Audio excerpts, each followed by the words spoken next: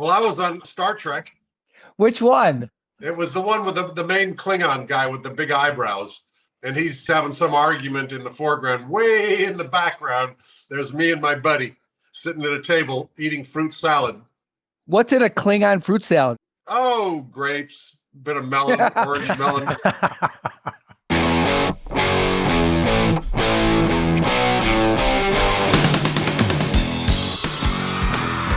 Hello, Cleveland! Turn your speakers up to 11 because it's time for Too Much Effing Perspective, the podcast that asks musicians and entertainers to relive their most Spinal Tap moments when nothing goes right and everything gets kind of weird. I'm your host, Alan Keller, a comedy writer in Los Angeles and former lead singer of the least heralded Chicago band, The Falling Wallendas. And I'm your co-host, Alex Hoffman, former tour manager for Radiohead and former lead singer of the least heralded Milwaukee band, The Vainglorious. Our guest today is 2002 Rock and Roll Hall of Famer and 6-time Grammy winner, Stewart Copeland from The Police. We talked with Stewart about the time he quote-unquote fractured Sting's ribs wrestling over a copy of the New York Times. How many more great albums the Police could have recorded if only they hadn't broken up, and why it was necessary to call 911 when Cream drummer Ginger Baker jammed in Stewart's studio. So without further ado, let's go to the TMEP show! It really puts perspective on things, though, doesn't it? Not too much. There's too much yeah, fucking perspective now.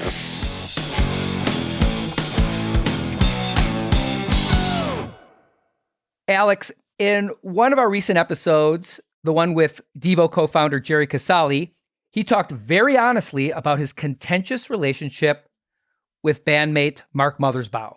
Yep, he did. And Jerry told us that when he and Mark started Devo, it was a true art collective. But as Devo got more famous and Mark became the face of the band, Jerry said Mothersbaugh got a case of lead singeritis, as Jerry called it, and began Right. to make more and more decisions without consulting his partner.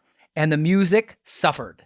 It obviously caused a rift that really never healed. Jerry made that really clear in the stories he told us. And you and I were both surprised when we learned that those guys still actually play together. Absolutely. But you know, this lead singeritis is really common in rock bands and can screw up a good thing.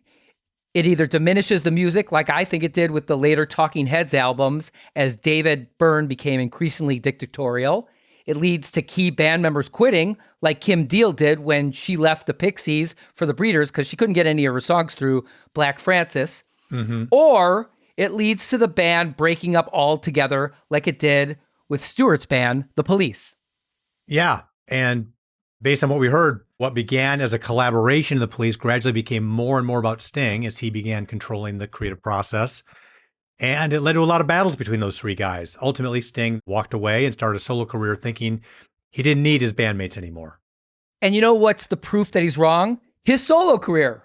Because in my opinion, the 5 albums he put out with Stewart and guitarist Andy Summers are exponentially better than anything he did on his own. Alan, well, mathematics are never your strong suit. At most, it was logarithmically. But in any case, I got to tell you, I am actually a bigger fan of Sting's solo stuff. I love songs like Russians, Be Still My Beating Heart, We Work the Black Seam. Those have a special place and time in my memory. Oh, so you have the same musical taste as my mother. Interesting. Okay, to be honest, you brought up my 2 favorite Sting solo songs in Russians and Black Seam. And just to remember, those were from his first post-Police solo album, so he still had some residual magic there. But I think his body of work since The Police doesn't remotely compare to what he did with the band. I mean, come on, Roxanne, Message in the Bottle, Every Breath You Take, those are some of the best songs ever. And it goes to show that he needed Stewart and Andy to do his best work. I'm sorry. That's been proven by other musicians too who failed as solo artists, like Freddie Mercury did after Queen, Billy Corgan from the Smashing Pumpkins, Mick Jagger, Roger Daltrey. The list goes on and on. Yeah. Unfortunately for Jagger, he stayed close to the Stones, and Daltrey and Pete Townsend, The Who, are still out doing their thing. But it is certainly evident that ego can be a dangerous thing. And that's why bands like REM, U2, and my old tour mates Radiohead seem pretty smart looking back. They realized early on that regardless of who wrote a song, the alchemy of the band is what made their music special. And that's why, surprisingly, those bands split their credits and royalties evenly. I didn't even know that about Radiohead. Well, I hope you don't get any ideas from that, because when this podcast starts cranking out the bucks, I want the split to reflect our relative importance to the show. And, 80-20 seems effing fair, don't you think? Sure, Alan. You are nearly 80, so I'm happy to give you 20. That's not what I meant. But I have to get in hair and makeup now. So call me when you're ready. I'm going to be in my dressing room, okay? Alan, that's not the dressing room. That's your bathroom. Listeners, while Alan suffers from a bout of podcast hostitis, let's get to our talk with the great Stewart Copeland. But first, a short break. And now a man who scored music for films like Wall Street, Rumblefish, and Talk Radio, as well as TV shows like The Equalizer and Dead Like Me, Police drummer Stewart Copeland. Stewart, you had a really great insight that the hierarchy in rock and roll is based on chronology. So that the Foo Fighters look at you as being a legend, you look at Ringo Starr as being a legend. That hierarchy thing just keeps it simple. Yeah. We don't have to get into a pissing match about how many tickets we sold or records, or, we don't need to Google each other at the dinner table. We just know you came before me, therefore I bow and straight before thee. And then, like dogs, as soon as they establish the hierarchy, they all relax. Even if you're at the bottom or the middle or the top, you know your place. We're all good. Well, it's interesting. We had Dan Wilson on from Semisonic, and he got to write with Carole King. Dan said to her, so how do you feel about the Beatles covering Chains, your song? I mean, the most influential band ever covered you. And she goes, well, to be honest, they list me as an influence. You got me there. What time did the Beatles ever do a song that they didn't write? They did it a lot in the early days. I mean, Twist and Shout is the Isley Brothers. Roll Over Beethoven is Chuck Berry. Honey Don't is Carl Perkins. You Really Got a Hold on Me is Smokey Robinson. And Chains was written by Carole King and her husband at the time, Jerry Goffin. Chains, my baby's got me locked up in chains. Yeah, but wait a minute. Was Carole King even born then? Carole King's way before that. She did Respect. Get Aretha out of Frank. here. Yeah. Oh my God. She's now done. I got some respect. I only ever heard of her in the context of the early 70s, her own solo album she came out with, which was Boring. And now she wrote Respect. Now I got some. She and her husband wrote so many of the incredible hits from the 60s. Wow. You have to look that up. So that picture of her on the front of her first solo album, Tapestry, she looks like the same age as everybody else, but must have had some airbrush in there because she's clearly a lot older than she looked on that album cover. Well, she did start when she was 7, so. Well, similarly, I share that same distinction. The first Police album cover for America, they airbrushed that to make us all look 12. Really? Outlandos? Well, look at that Outlandos d'Amour. There we are, all, like 3 tweens. Listeners, this is Alan here to fact check myself. Very embarrassing that I would tell Stewart Copeland from the Police that Carole King wrote Aretha Franklin's hit, Respect. Of course she didn't. Otis Redding did. But Carole did write another Aretha hit, You Make Me Feel Like a Natural Woman, as well as Locomotion, The Monkees' Pleasant Valley Sunday, James Taylor's You've Got a Friend, The Animals' Don't Bring Me Down. I mean, she actually has over 110 hits that made the Billboard Hot 100. So Stewart, if you're listening, I was wrong about Respect, the song, but not about the respect that we all should pay Carole King. So please accept my apologies. Back to the show. I read your entire book, Strange Things Happen. And you wrote, there is an old joke from the film This Is Spinal Tap where the band goes on stage and greets the audience with Hello, Cleveland. Only it isn't Cleveland. Truth is, it might as well be. To us, it feels like the same city night after night. That is a moment in Spinal Tap that pretty much 75% of our guests recall, right, Alex? Yeah. Even if they haven't seen the movie, they know the gag. Yeah. That's right. That's part of the Spinal Tap wisdom, right? But in 2007 in Turin, Italy, you had kind of the same getting lost to the stage moment, right? Oh, yeah. Would you like to hear that story? Yes, please. Yeah. Well, no, it was whatever the heck year it was. And we were deep into the tour and we're playing a crumbly old football stadium. Now, football stadiums are designed so that the team comes out of the side of the stadium into the center of the field. Well, rock bands, they come in at one end of the stadium. So we leave our dressing rooms and get into a little bus to drive around to the other end of the stadium. And we're driving and suddenly we're chatting away. It's actually Sting's birthday that day. And we're all a happy band going to play a happy show. And by the way, 2 hours later, we were screaming at each other. But it was still, at this point, it was still Sting's birthday. We were a cheerful band. And we look out the window of our little bus and we see that we're going on an on-ramp onto a freeway. And we look out the window and the giant stadium, which blocks out the sky, is receding. But what? And it's rush hour, by the way, around whatever time it is we go on stage. So and then we're getting back off the freeway on the next off-ramp, and we're crossing over the bridge, and there's a stadium coming back up. Well, that was an interesting little detour. By the way, we have full-on police escort. The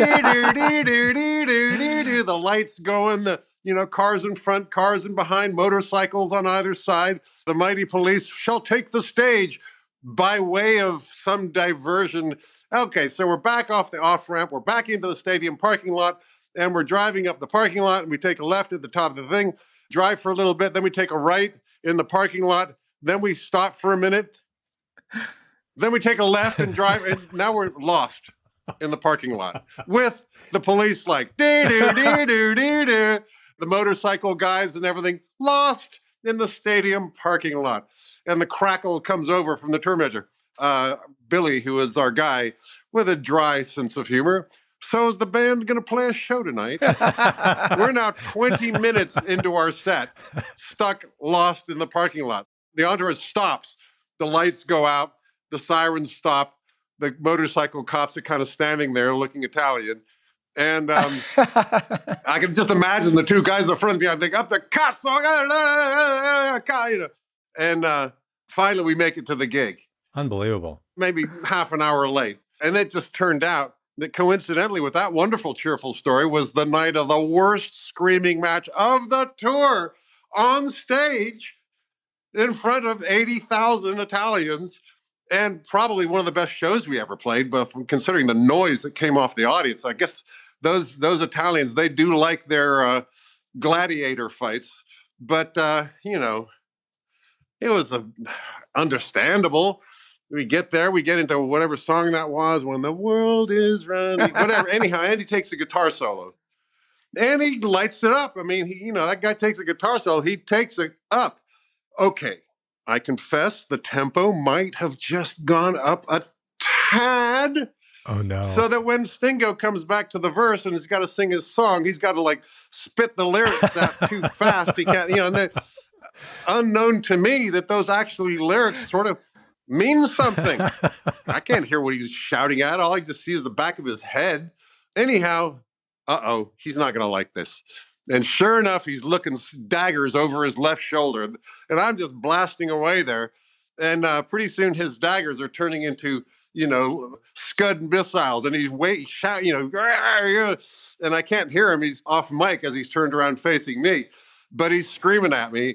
And he's showing me, with the back, just play the backbeat, and he's showing me the backbeat like that, in front of 80,000 paying customers. Nice. And so now, unfortunately, this does very little to calm me down. In fact, now I'm screaming, are you fucking and my cymbals are pinned like that. The drums are just going click, clack, because I'm just hitting them too hard. And now I've got Jeff, my guy, coming over the earbuds, feeling a little happy tonight? As I'm just I've got white balloons popping behind my eyeballs, just a red mist of fury. And the Italians are loving it. Man, this is better than Lions going at it, And so we burned down that stadium. Happy birthday, Stingo. Good times. Yeah. You have a notoriously rocky relationship within the Police. You actually broke Sting's rib once, didn't you? In jest. Yeah, just. It was a hairline fracture. That was Shea Stadium. After the sound check, he grabbed for my New York Times, and I wanted it back. And we ended.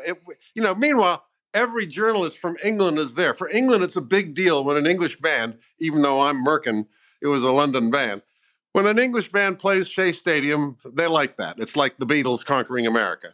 And so they're there. After the sound check, we're clowning around, more like the Monkees.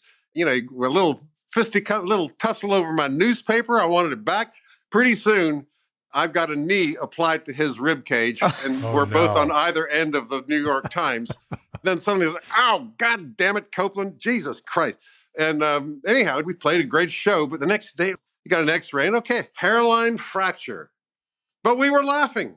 That is fun. It's always the big things, right? Well, it's a great story. Yeah. The police used to fight so hard, they used to break each other's ribs. One time, Yeah. Except half the stories have him breaking my rib. Hey, look, dude, if you're going to make a myth, could you at least have it be the right way around? I was the front man, and how I kept my bands together was by allowing the musicians in my band to have agency over their parts, right? You're the expert at drums, you do the drums. You're the expert at lead guitar, you play lead guitar. I was really surprised when I was watching a lot of videos that Sting pulled like a McCartney-Harrison thing. He was really getting his opinion in on everybody's parts, didn't he? Yeah, and the times when it was most annoying was when he was right. Yeah. That's when the homicidal urge, I couldn't resist it. My fingers would be reaching for that jugular. No, but at the beginning, we were codependent, and he'd pull out a song if we gave it any attention at all. Gosh, you guys like my song? Cool. Yeah. Okay. 5 albums in, he's written 10 hits now. By the way, he's no longer a novice in the studio. At the beginning, Andy and I knew what we were doing in the studio. Sting, it was his first time. But after, 2 or 3 albums, he's a quick study, that guy.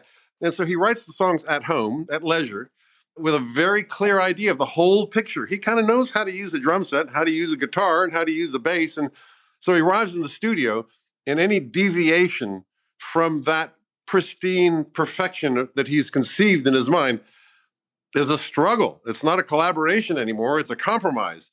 And I'm impressed that he stuck it out with these compromises for 5 albums. The first 2 were kind of easy. Zenyatta, the third album, was when the cracks began to show, and I could see him just getting frustrated and me getting frustrated. He came over and started telling me what to do on the drums. Like, are you kidding? That's where it began, and it just developed over the next Ghost in the Machine, way out on Montserrat, this paradise that we soon turned into a living hell. And then I was surprised we even got into the studio for a 5th album, Synchronicity. Yeah, that's so interesting. I mean, tying that back to your story at the onstage kerfuffle in Turin, I tour managed this band called the Bodines long ago, and the singer and guitar player fancied himself to be a drummer as well. And so I remember the drummer telling me on the side, saying, when Kurt, the singer, puts his foot back behind him and he's tapping on the stage, it's not because he's digging the beat. He's trying to be my metronome. So, heard that kind of story before. Oh, yeah. But Stewart, you're one of the great drummers ever. And, I love Sting. I love the Police. But there's so many experiences in the history of bands where the front man doesn't appreciate the alchemy of the unit, right? Well, he's facing the other direction to give him some slack. He's not looking at the band. He's looking at the audience. He's working the crowd. There's something going on behind him, which may or may not be to his liking, but his focus is forward. The drummer and the bass player are behind him. Okay, he can kind of see the guitarist out of the corner of his eye, but the rhythm section is like kicking him up the ass or not. I love it. I was watching your documentary, and I can't remember what the song is, but it looks like an old Charlie Chaplin film. You guys are playing the song so fast, nailing it, but I'm like, is this sped up? Because this is incredibly, let's say, energetic. Yes. Well, there's one shot of Andy looking, and you can quite clearly see the words coming out of his mouth. Too fast.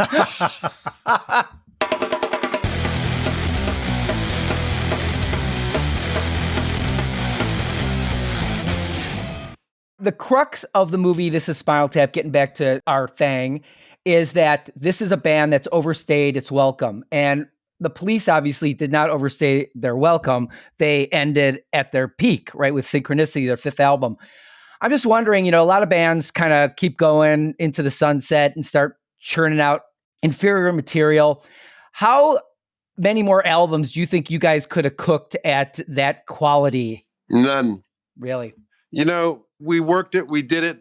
It was perfect. And when we came back 20, 30 years later and pulled it off the shelf, it was untarnished. And of course, we drove each other nuts straight back into it. At first, we're thinking, we're older, wiser now. Mature. Yeah, mature. There you go.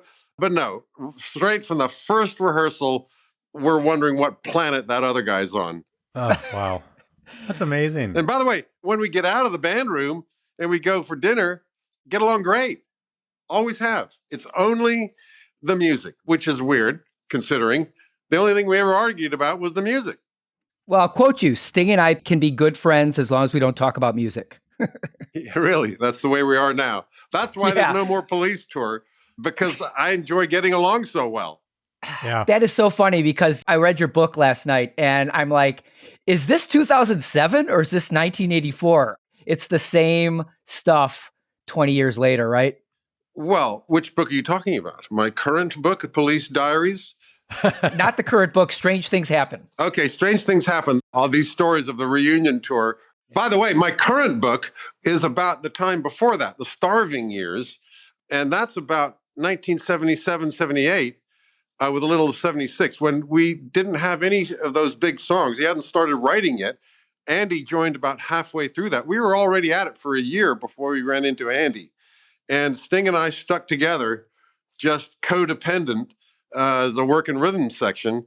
And before we had the music that we were going to play, we hadn't figured out the reggae thing. He hadn't started writing songs yet. But just as a rhythm section, we had a pocket that is the holy grail of all ensemble playing. Well, talking about those early years, a great Spinal Tap moment happened back in 1978 when your solo project, Clark Kent, had a hit, Don't Care, and you performed it on Britain's really important show, Top of the Pops. Yes. And of course, you don't actually play live on Top of the Pops, you mime your song. And so you had Sting, Andy, and your brother Miles performing with you in masks. And gorilla masks, because it was a secret identity. Nobody knew who Clark Kent is. That they're wondering, is it Frank Zappa? Is it, whoever? And it wasn't. It was the drummer in this dodgy fake punk band going nowhere called The Police. You can Google it, Top of the Pops. And old Sting goes there and Andy too. And you can spot him right away. No gorilla mask can conceal that charisma. Well, now they made a game show out of that, The Masked Singer. So that's right. Yeah. Ripped you off 40 years later. Whatever. That's right. We were before our time.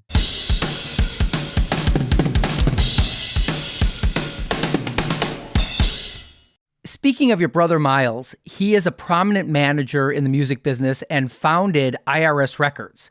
And your late brother Ian started a booking agency, FBI, Frontier Booking International. And with you being a recording artist, you three basically made up a vertically integrated music conglomerate. That's a unique relationship. How'd you guys get along? I got along fine with both of my brothers. Ian, I was probably closest to. He was the next sibling up. But those two, Miles and Ian, fought like cat and dog.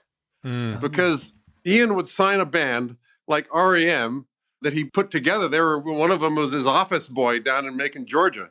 And he goes to Miles, look, you got to sign this band. And Miles goes, I don't get it. I don't get it. I don't hear it. I don't get it. If you're not signing REM, I'm not booking Squeeze. And Miles would sign these bands to his record label. And Ian said, I'm not booking that. You're kidding me.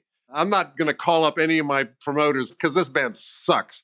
They fought amongst each other while I'm the youngest sibling, just watching them go at it and trying to stay out of trouble. That's interesting. Here's another moment for you. Okay, so my brother had his agency, Frontier Booking International, or otherwise known as FBI, and he's working late one day, and his receptionist knocks off at 6 o'clock, and he's answering the phones himself. Phone rings, he says, hello, Ian Copeland, FBI. And the voice on the other end goes, no, this is the FBI. And they're saying, what are you doing, impersonating a federal officer? Ian says, hey, look, you send a guy over here, and if you find anybody in my office impersonating FBI agent, arrest him on the spot and drag him out of here. Wow. Although we have presidential papers in the bathroom. In the toilet. Yeah. In the Mar-a-Lago of course. toilet. Yeah. Right. So IRS records, FBI booking, and your band Clark Kent. There seems to be a theme of power and the deep state going on here. And I assume it has to do with your dad, Miles Copeland Jr., who was one of the founders of the actual Central Intelligence Agency, also known as the CIA. Yeah. Now, it's common knowledge that your dad was a spy. But what really blew my socks off is that when you lived in Beirut, Lebanon as a kid, your family was friends with the family of Kim Philby, the most notorious double agent in the history of the Cold War.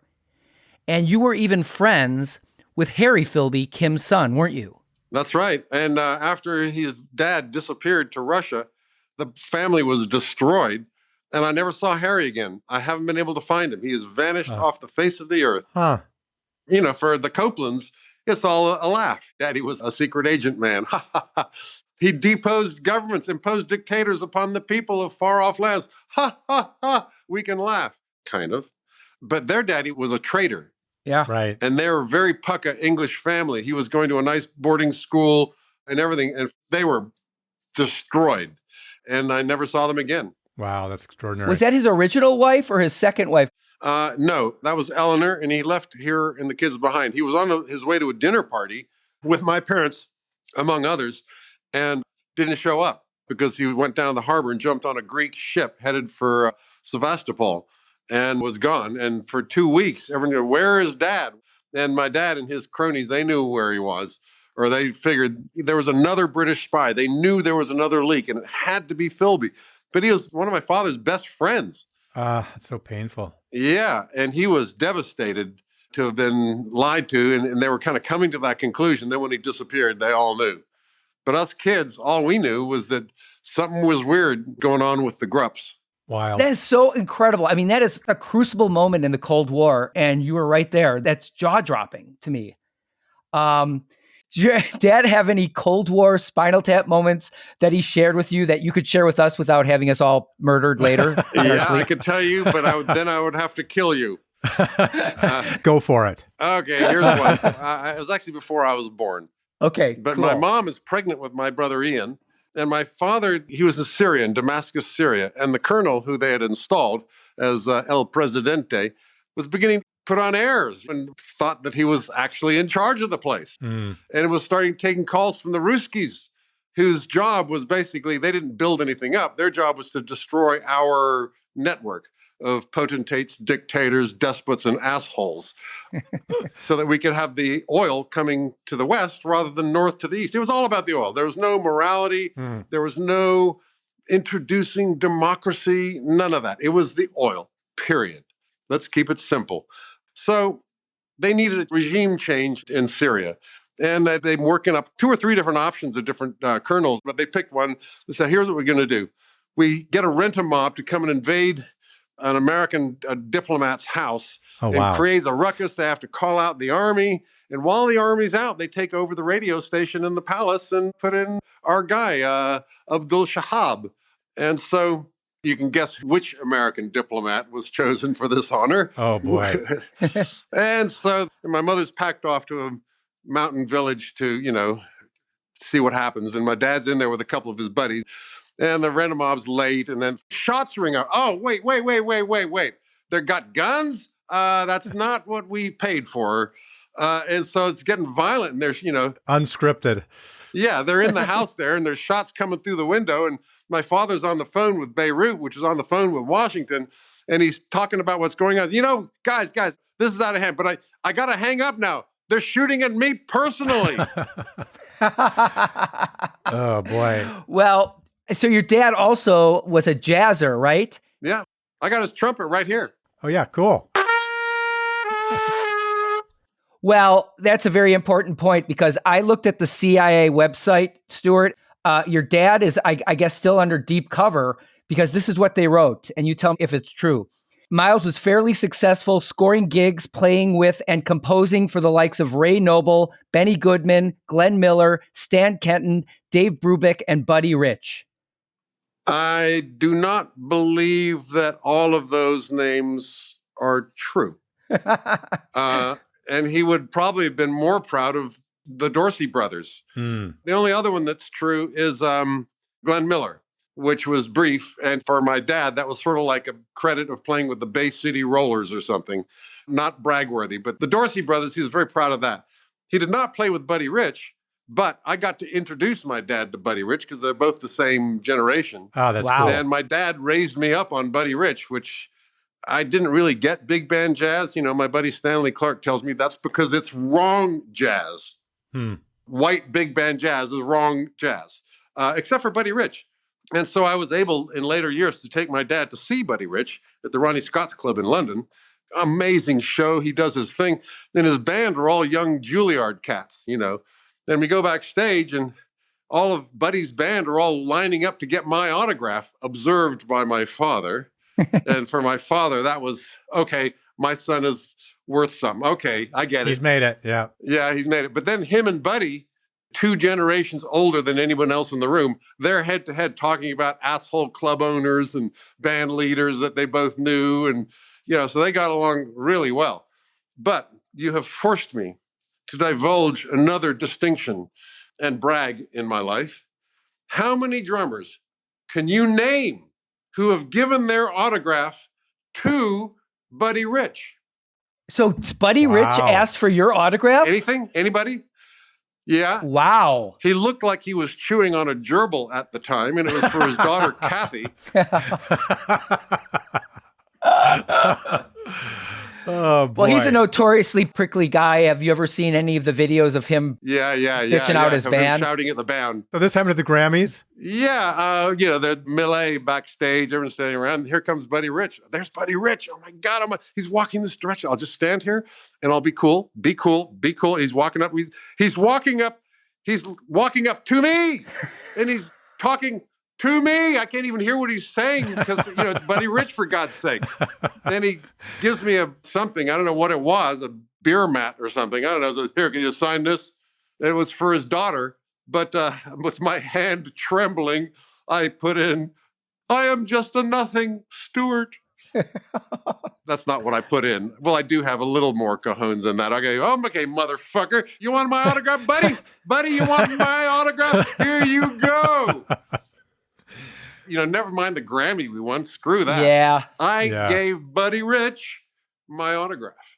In front of your dad? No, he wasn't there that time. Oh. And what I did not do was get his autograph, which I regret. Well, it was obviously a pure power play on your part. Oh, yeah.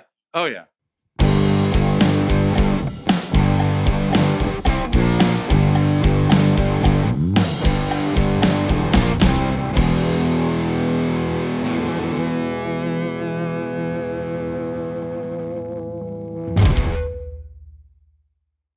At the 84 Grammys, it was kind of a Police Michael Jackson battle royale, right?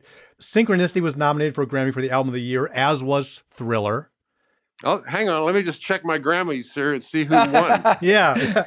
Podcast audience, this is an audio of Stewart looking at his Grammys. Michael took that one for Thriller. Son of a bitch. However, Every Breath You Take and Billie Jean were both up for Song of the Year, and Every Breath You Take took that Grammy. So, well, I have enormous respect for the music of Michael Jackson, but Every Breath You Take is the better song and has been proven by its weeks on the charts, the number of remakes. That song is one of the greatest songs of all time. yeah, there's quantitative data to back that up. I think you guys and MJ were both there. Were there any interesting interactions with the King of Pop that night? We were introduced. He seemed a little distant, with a weird kind of high voice. Right. Presumably you shook hands. Was he wearing the white glove? Speaks very quietly. Yeah. I don't recall any gloves. Oh, interesting. Okay. Well, I think the period's really interesting too, because it's like the talkies, right? Like when the talkies hit, some actors faded, but when MTV hit and video became a big part of the music experience, some bands really took off, like you guys. Because we were so pretty. You guys are pretty. That was it. You know, not many people know this. Our first success as the Police was as a boy band. It was the tweens of London that picked up on us first. And we were all over like the tween teeny bopper magazines with the three blonde heads looking all pretty. And now that we achieved some respectability from our actual depth of personality and musicianship, we can now be bragful about our origins as a boy band. Yeah, it's funny. Well, it's also very interesting, too, that you did not get the respect of the London scene because you were not pure punk. Well, this is before that. Oh, this is even before really? that? Wow. Yeah, before we were a boy band, we were a fake punk band. Now, the boy band was not by choice. I mean, we'd struggled to be a punk band because that was the only scene happening. That was the only gigs that were happening. The only excitement, the only buzz was in the punk scene. So we had to pretend to be a punk band. And we struggled and struggled. And it wasn't until we got to America and started to verge into what might be called prog, where much more musicianship, more chops, more stuff going on musically than hardcore punk. And we began to find our sound and everything. And then we're over in America and we get a phone call. Hey, you've got a hit back in England. Cool. And we get back to England. And this is also recounted in my new book, The Stewart Copeland Police Diaries, where after all this struggle and travail, we get back to England and we finally have achieved success on the fronter of Tween magazine. That's hysterical. That is awesome. We had Joey Santiago from the Pixies on, and he's very turned off by the entire punk genre because of the orthodoxy. I mean, you think it's this individuality, free spirit, be yourself. No, it's a rigid set of rules. Absolutely. And the Police didn't fit that. Well, we tried. You tried. Well, they busted us because when Andy joined, he made the big step, which was to cut his hair, which was a big deal. That was you're leaving all that you knew before. And the next time you show up with short hair instead of long hair, you have joined the enemy. Right. You have become one of the Thargons, who are the barbarians at the gate. And so when Andy joined the Police and he cut his hair, we did a show with actually two guitarists. It was one of the few shows we played with both guitarists. And he comes out on the stage. He got the right hairdo. Cool, cool, cool. But he had not yet adjusted his collection of pants. He went out there with short hair and bell bottoms. Oh no. That is too funny. Unbelievable. So you're like in my favorite period in music history. I think 77 to 80 is just unbelievable. And I'm wondering how that impacted the Police in terms of raising the bar of what you had to put out. Like, I'm just going to read you in 79, NME put out the best albums of the year. This is a sample. Obviously, Reggatta de Blanc, which is my favorite Police album. Fear of Music, Talking Heads, Squeezing Out the Sparks, Graham Parker, XTC, Drums and Wires, The Jam, Setting Suns. This is 1 year. Elvis Costello, Armed Forces, The Specials' first album, Joe Jackson, I'm the Man, and Bowie Lodger. Wait a minute. Is Blondie not on there? B-52s? Yes, the B-52s were on there. I don't think Blondie's on there. They were amazing. They were one of the best bands of all time. Don't you think that made the Police raise their game a little bit? I mean, you know, you look at during the Salon in the 19th century in Paris, I mean, all the great artists that happened at the same time, they influenced each other, just like the bands of the 70s influenced each other. Well, we realized that we would have to join the stampede before we could lead it. But the reason you picked that period as the best time of all time is because you were a human being, and human beings are like ducks. And the thing that we share with ducks is that when a duck busts out of its shell, it uses its little beak to push out, and it comes down and greets the world. And the first warm being it sees is mama. And that's how ducks decide who mama is. Well, us humans, when we get to 16 and we start to burst out of our little family shell and look out at the world and we need some rebellion going on, the first hairy guitar player we see or singer or purveyor of rebellion, that's your daddy. And for me, it was Jimi Hendrix. And for you, it was the Ramones and all those bands you just mentioned. I never saw in any of your credentials, Stewart, that you're a waterfowl ornithologist. So that is an extraordinary revelation on this show. A what? A waterfowl ornithologist, a duck expert. I just made all that shit up. I'm no expert. I'm just a fabulist. You are a fabulous.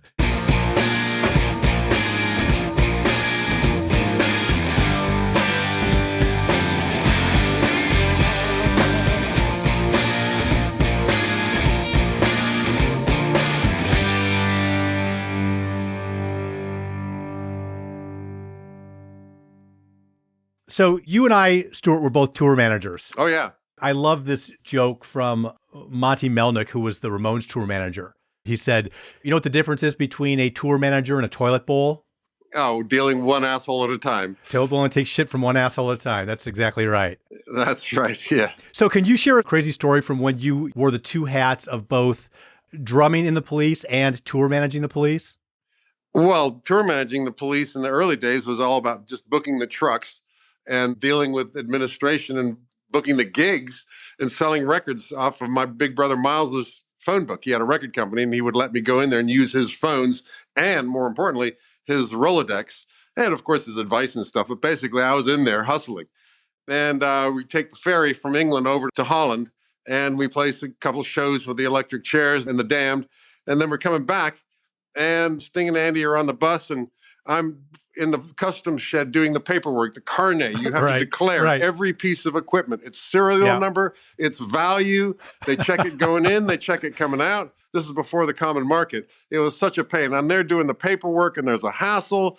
And oh my God. And I look up in the customs shed. It's got a window behind the guy. And I could see the ferry is leaving. Oh, hello. no. Well, I guess I just missed the boat. Oh, damn. So Sting and Andy are on their way home, and I'm stuck in Holland. I get on the next ferry, and it's like a 3-hour whatever ferry ride.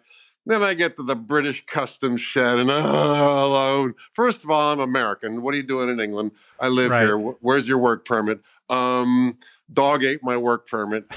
And by the way, that guitar you're carrying, I was carrying one of Andy's 2 guitars. What guitar is that? Now, is this the Strat or the SG? I don't know. Customs guys don't like that. No, they sure don't. There's not much funny about that story, but it's a story. Yeah, well, I've had the experience of crossing with bands from the U.S. into Canada, for example. Oh, yeah, same thing. Yeah, very much the same thing. And I remember being with Radiohead crossing from Detroit into Toronto, being at the customs booth in the middle of the night. Everybody had their papers, fortunately, in place, so we weren't getting any hassled. But our bus driver, as they gave passports back, they're calling everybody's full name. And this is where you learn the full names of all your crew. Yeah, right. Yeah. Cornelius? You're kidding. Yeah. Tom, Edward York, Jonathan, Richard, Guy, Greenwood, etc. And the bus driver, they held up his passport. They said, John Wayne Morgan. And the whole band just starts to sort of titter in the background. Like, we have John Wayne driving our bus.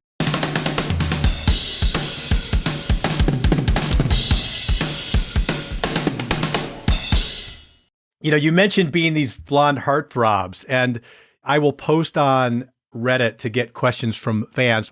So I posted in the Police subreddit, what should I ask Stewart? And Matt Sean Ryan 20 commented, ask him if the Police really dyed their hair blonde to be in a chewing gum commercial.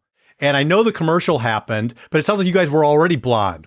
Well, I was kind of dishwater blonde all along. When I was a kid, I was platinum blonde. But, as with my children, they all start out platinum blonde. By the time they get adulthood, they're kind of dishwater. So I stuck my head in a bucket of peroxide and bleached it because that's what the punk thing was, so I could look like Billy Idol. Right. The other guys were not convinced until we went to do the famous Wrigley's chewing gum commercial. And the art director says, we need a punk band. Part of the gimmick of the image was the agent's on the phone. He's got, a punk band chewing up his office and whatever. And he pulls out a stick of chewing gum and everything's fine. Okay, well, we need a wilder looking punk band. Let's peroxide all their hair. So they stuck Andy and Sting's head in a bucket of peroxide. And so was born the 3 blonde heads. That is nuts. That's awesome. I want to ask you one more question. I was in a band called the Falling Walendas.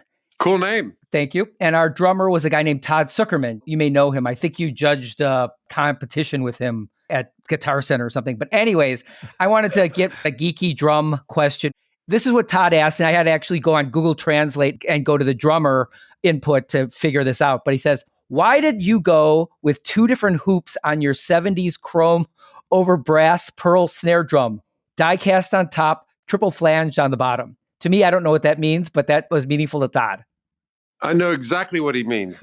And that same drum is right here. Your folks can't see it, but here it is. You can hear it. Wow. That snare drum right there is the one that I played in Curved Air all the way through the 8 years of Police, on every Police record, on every Police tour. Amazing. And I do not know. I've got a picture in my book, Police Diaries by Stewart Copeland, whatever it's called. Thank you. There's a picture of me in my home studio in 1977, and there it is in the corner over there. I know that I had it in 1976, and I still got it in the year of our Lord 2023, but it just had a sound. And I don't know why it had two different hoops. And I would lose sleep. Am I going to lose this drum? Oh, my God, it's the only one. Whenever I'd break a skin during a show and Jeff would switch it out, and I got the other one, which is supposed to be the same, but it just ain't the same. So eventually, when Tama Drums said, hey, let's do a signature snare, I said, reproduce this. And I sent the drum over to Japan, and they analyzed the metallurgy, the angle of the rims, every aspect of the drum, and they would send me prototypes. Nope. Till finally they got it. And I sleep well at nights because I've got any number I want of this drum, which is for sale all over the world. In fact, here it is. That's it. Before we let you go, Stewart, I got to ask you about one of my favorite bands, The Doors. Oh, yeah. When I was in junior high school, they were absolutely my favorite band. You were out with, if I'm not mistaken, Ian Astbury from The Cult as the singer, right? Original Doors members Ray Manzarek and Robbie Krieger, and you were on drums. And I think there was a lawsuit from John Densmore, the Doors' original drummer at that time. There's got to be a Spinal Tap moment from touring with the legendary Doors. Well, I was a big fan myself. They were my daddy. When I busted out, the Doors were right there. And so they are deep in my DNA. And to play with them was a huge honor, to be sitting there with Ray Manzarek, just playing that keyboard parts, and Robbie.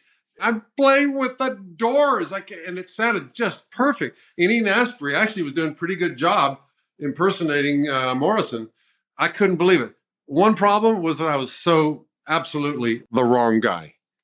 Much as I grew up on Densmore, I'm not him. And I got my own thing, which by that time was so established that I'm kind of tough for me to be somebody else. And Densmore does trance. He just gets a groove going, and it just carries you forward. Me, I do explosion. And so it didn't fit. We were not a good match. And honored as I was, we were not a good match. And so it didn't last long. And then Densmore started his suit, which meant that the whole use of the band name was a problem. And they called me into court as a witness for Densmore, but it was all resolved. But they have their differences. And sadly, Ray is gone. Robbie is in excellent shape. And so is Densmore. I feel like Robbie and John may have reconciled at this point. Yeah, they have. Absolutely. Ray was a difficult personality. Why, complicated man, not Mr. Cozy. And I'm sure without Ray around, no reason for Robbie and Densmore to not get along. Yeah. I used to live in West Hollywood, one block below Sunset Boulevard. And I once took a too fast of a left turn onto Sunset and almost ran over Ray and Dorothy Manzarek. So I'm glad I didn't take out a door that time. But yeah. You've been with a lot of difficult people, like you were friends with Ginger Baker, weren't you? Yep. There's a difficult man. Beware, Mr. Baker. If you go on YouTube and check out Stewart Copeland, Sacred Grove, and you will see me jamming with Neil Peart, with Stanley Clark, Snoop Dogg, and whatever. And one day, Ginger comes over, and I got him on the drums, and he's all grumpy. He plays like about a minute, which I had my cameras rolling, and I'm accompanying him. It wasn't until I played back the tape that I realized what meter he was playing in. And there's a little clip on YouTube of him and I for 1 minute. I got 1 minute.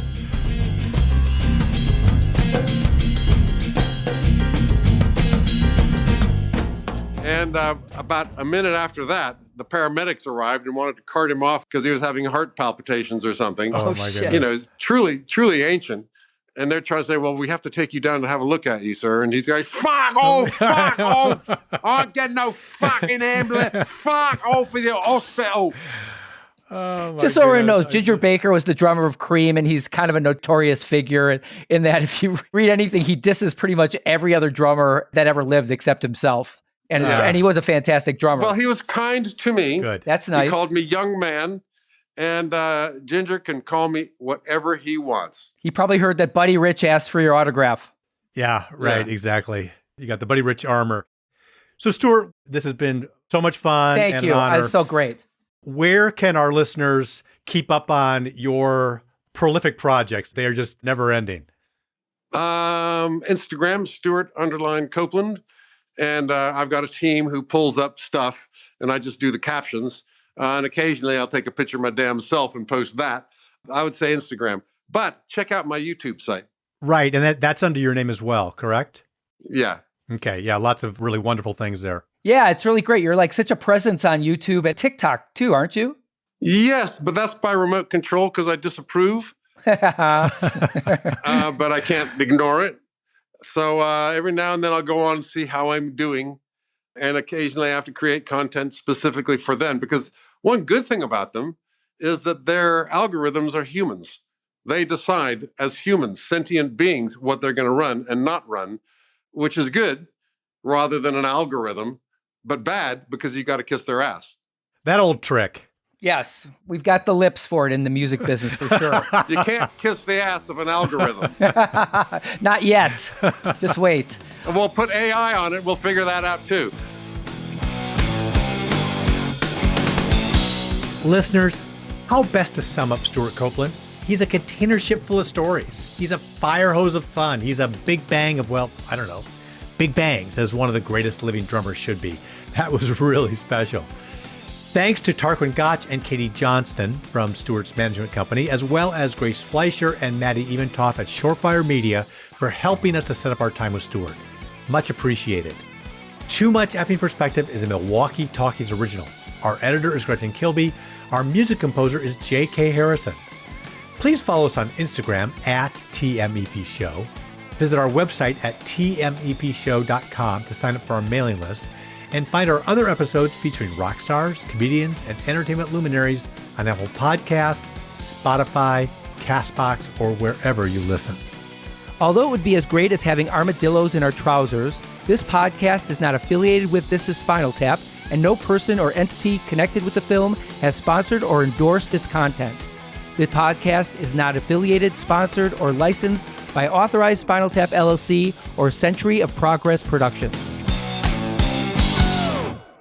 TMEP Show folk, this is Alan. I want to end the show a little differently this week.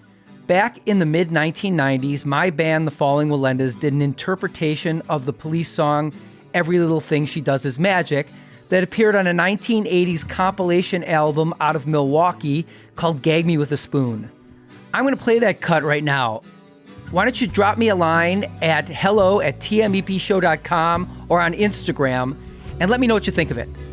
I'd appreciate it. And you know, every breath you guys take is magic to me. Oh, I try so hard to tell her all the feelings I have for her in my heart. But each time that I go near her, I just lose my nerve as I've done from the start.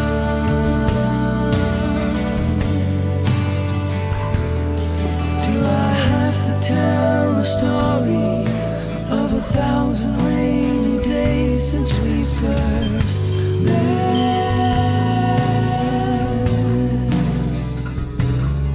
It's a big enough umbrella, but it's always me that ends up getting wet.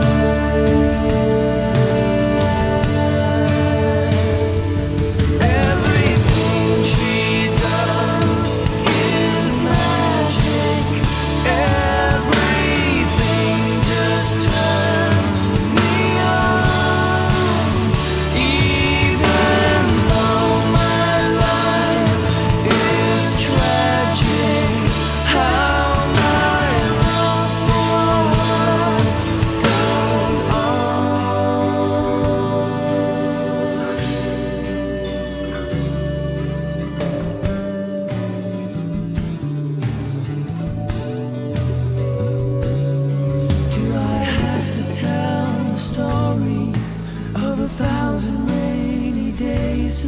first man.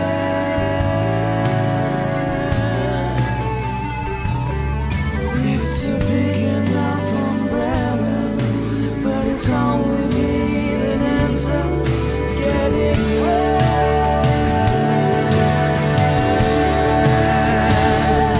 Everything she does is magic. Everything just turns me on.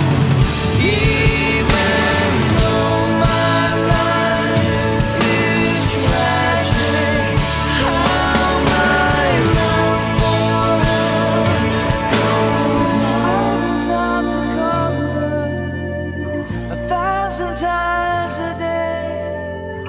Ask her if she'll marry me some old-fashioned way, but my silence and hers have hurt me before I raised the phone, and my tongue will just trip.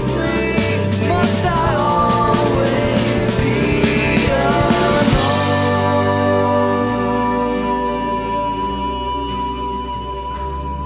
Must I always be alone?